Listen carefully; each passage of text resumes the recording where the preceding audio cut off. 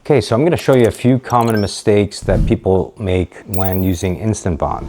So the first and most common mistake that I'd avoid is after applying the adhesive to one side, avoid or spraying directly onto the side that you applied the adhesive to, because that'll cause it to harden very quickly and won't allow it to bond properly. So always make sure to keep it away, right? And then join it like this. Then you'll get that 3-second to 5-second permanent and instant bond. The second common mistake that people make is not cleaning the surface, right? So you want to avoid having any sawdust or oily surfaces. So give that a quick clean first before you apply the adhesive, and you won't have any issues whatsoever. The third most common mistake that I would suggest avoiding, and probably the most obvious as well, is when you're applying the adhesive, try to avoid getting it on your fingers because it does bond instantly, so it can be a little bit tricky to get off. Thank you for using InstantBond, and hope that you found this video helpful. I guarantee that this product will become the best and most useful tool in your toolbox.